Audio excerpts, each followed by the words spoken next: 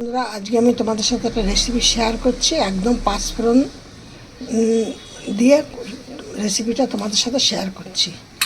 এই যে জল দেখছো, জল দিয়ে দিয়েছি কড়াইতে, দিয়ে এবার এর মধ্যে আমি দিয়ে দিচ্ছি আমার এই কাঠি কচুগুলো। একটুখানি সেদ্ধ করে নেব হালকা করে। আর এর মধ্যে আবার আমি এই যে পাতি লেবুটা কাটবো, কেটে আমি এই লেবুটার অর্ধেকটা রস দিয়ে দেবো। আর দিয়ে দেবো কিছুটা নুন। এবার দিয়ে দিচ্ছি পাতি লেবুর রসটা।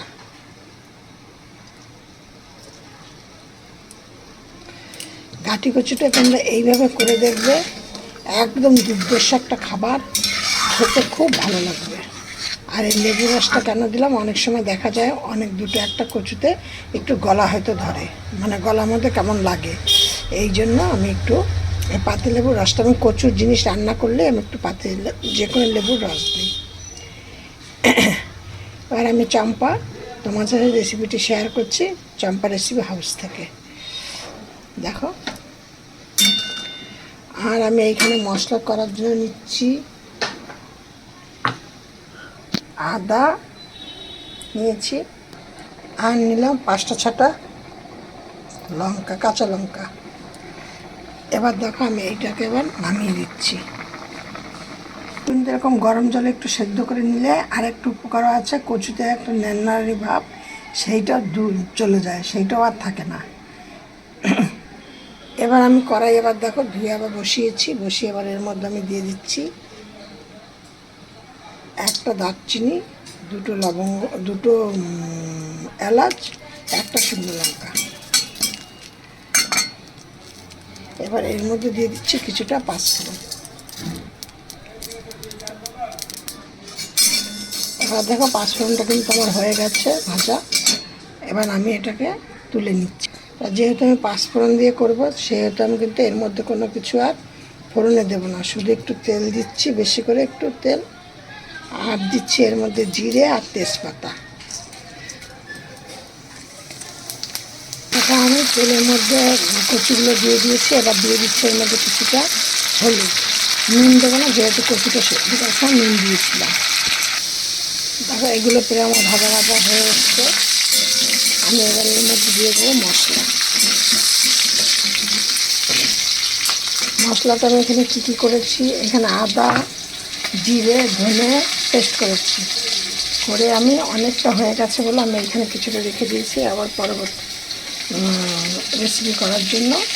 আর এইটা আমি এবার একটু জল দিয়ে আমি এর মধ্যে দিয়ে দেবো।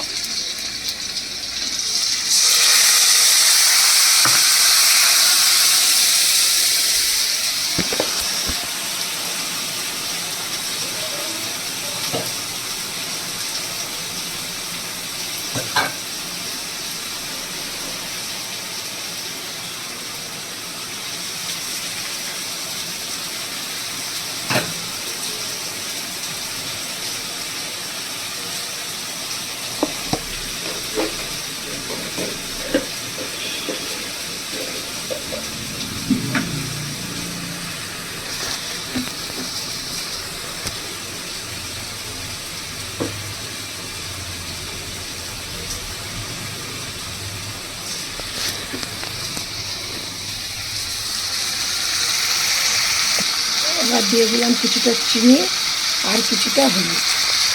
চিনিটা দিলাম, স্বাদ করে বানাতে হয়, নিরামিষ তরকারিতে একটু দিতে হয়।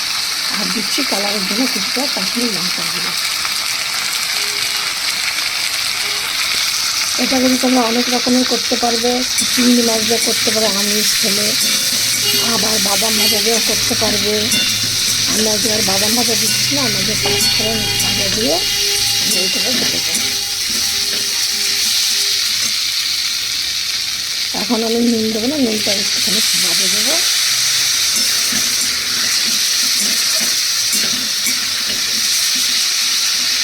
আর দেখো দিয়ে দিচ্ছি কিছুটা নুন, কারণ যে কোনো সবজিতে নুন দেওয়ার সাথে সাথে কিন্তু একটু জল জল ভাব হয়, জল বেরিয়ে আসে। সেদিন যদি তোমরা একটু পরে দাও, একবার তো মশলাটা হয়ে গেল, মশলাটা যত ভালো করে কষবে তত কিন্তু খেতে ভালো লাগবে। আমি নুনটা আবার একটু বাজে দিলাম, আর আমি নুন এছাড়া আমি নুনটা দিলাম একটু বাজে এই কারণে যে আমি কচুগুলো সেদ্ধ করার সময় নুন দিয়েছিলাম।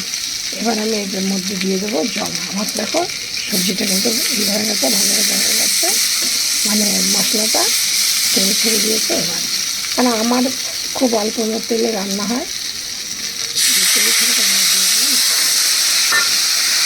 এবার আমি দিয়েছি প্রথমে এই যে পাঁচফোড়নটা আমি ভেজে রেখেছিলাম, সেটাকে মশলাটাকে গুঁড়ো করেছি করে এবার আমি দিয়ে দিলাম এর মধ্যে এগুলোকে। এবার দেখো গরম গরম ভাতের সাথে তোমরা এটা পরিবেশন করো, এটা কিন্তু রুটি দিয়েও ভালো লাগে। তোমরা মনে করো কচু কী করে রুটি দিয়ে ভালো লাগে, কিন্তু তোমরা এইভাবে তোমরা বুঝতেই পারবে না এটা কচু নাকি। তোমরা এইভাবে করে করে দেখো, দারুণ একটা রেসিপি, একদম খেতে খুব মজাদারক স্বাদ। এই ছিল আমার আজকের রেসিপি, আবার নেক্সট অন্য কিছু।